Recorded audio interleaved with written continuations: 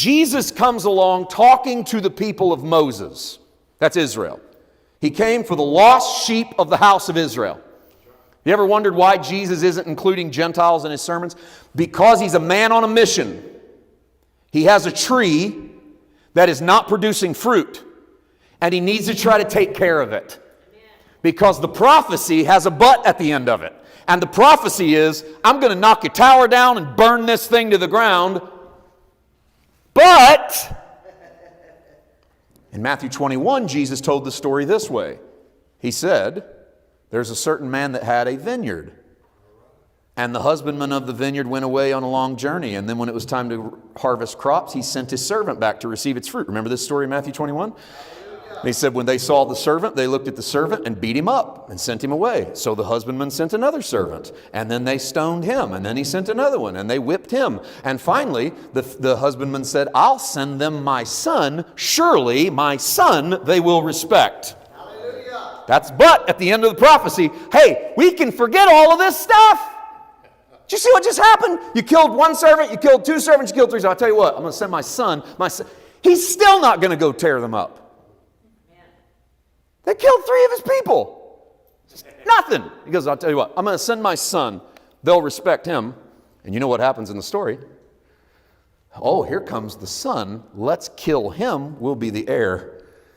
And they kill the son. And Jesus says to the Pharisees and to the chief priests, what do you think the owner of the vineyard will do when he gets there? This is Matthew chapter 21. And he says, well, I suppose when he gets here, he will make them pay. He'll kill them. And Jesus says, and so shall the nation be taken away from you, so shall the kingdom be taken away from you and given to a nation that shows forth kingdom fruit. Hallelujah. Wow. Matthew 21. What was he saying? Listen, Israel, I sent you prophet after prophet after prophet, and you found a way to stone and kill every one of them. I'm the son that shows up at the vineyard to receive my fruit. And if I don't find my fruit in Israel, I'm going to give the kingdom to a nation that has the fruit.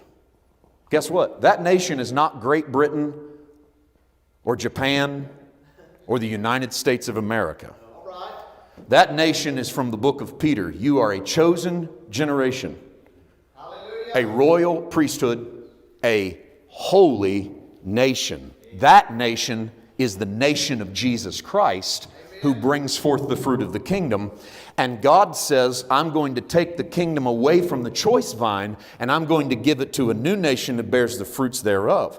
So when you get then into Luke chapter 13, verse 8, but he answered and said, that's Jesus interceding in the middle of the prophecy, saying, sir, leave it alone one more year. I'll dig around it and I'll fertilize it.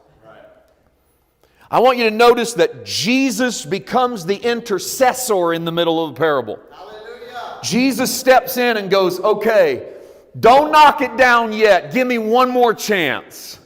Give me one more chance to win them over. Give me one more chance to dig up the roots. Give me one more chance to fertilize it.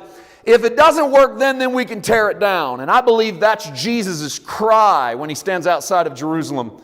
And he says, Jerusalem, oh Jerusalem, how often would I have gathered you in under my wings as a hen gathers her chicks, but you would not let me. He says, you're going to see your city compassed about with armies. In Luke chapter 19, he says, and these are going to be the days of vengeance. It's the direct fulfillment of Isaiah chapter 5. The vine didn't bring forth the fruit, so it's time to move on to a new vine. Now there's your primary Luke chapter 13. Jesus steps in as the last best hope for the choice vine. Well, what's that got to do with you? What's that got to do with me? Well, primarily nothing. Because in all honesty, you already have identified in Isaiah 5 who the people are. You've already identified what God was going to do. And looking at our own history books, we know what God did. Amen. That we figured out. We've already accomplished that. But what does it mean for us secondarily? What do we have that we can do with that text? Let's deal with the secondary, because I want to take a look at what this means for me. I want to take a look at what it means for you. And I believe Jesus becomes the ultimate intercessor. That when Jesus enters the scene, he does what he does for the house of Israel. He does it to bring it back. But Jesus' intercession is now no longer for the individual house of Israel. How many of you realize Jesus isn't interceding on Israel's behalf? Amen. Jesus is interceding on all of our behalf. Amen. All right? Paul said there's neither Jew nor Gentile, male nor female, bond nor free. God cannot be bought by lobbyists. Hallelujah. Jesus is the intercessor, and there is not a single group that has closer access into the heart of God. So when it comes to the dealings of this text in my life and in your life, I want you to consider that Jesus intercedes and basically says, Father, just give me some time, because I believe what Jesus tries to do in verse 8, he said, Sir, leave it alone this year also until I dig around it and until I fertilize it. And I think that leave it alone this year is let me spend a little time with it. And I think this is the restoration of value. On a primary surface, Jesus tries to restore value to Israel all the time.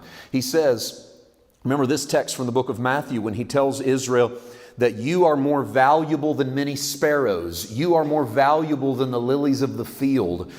He uses that value statement over and over again to restore their value.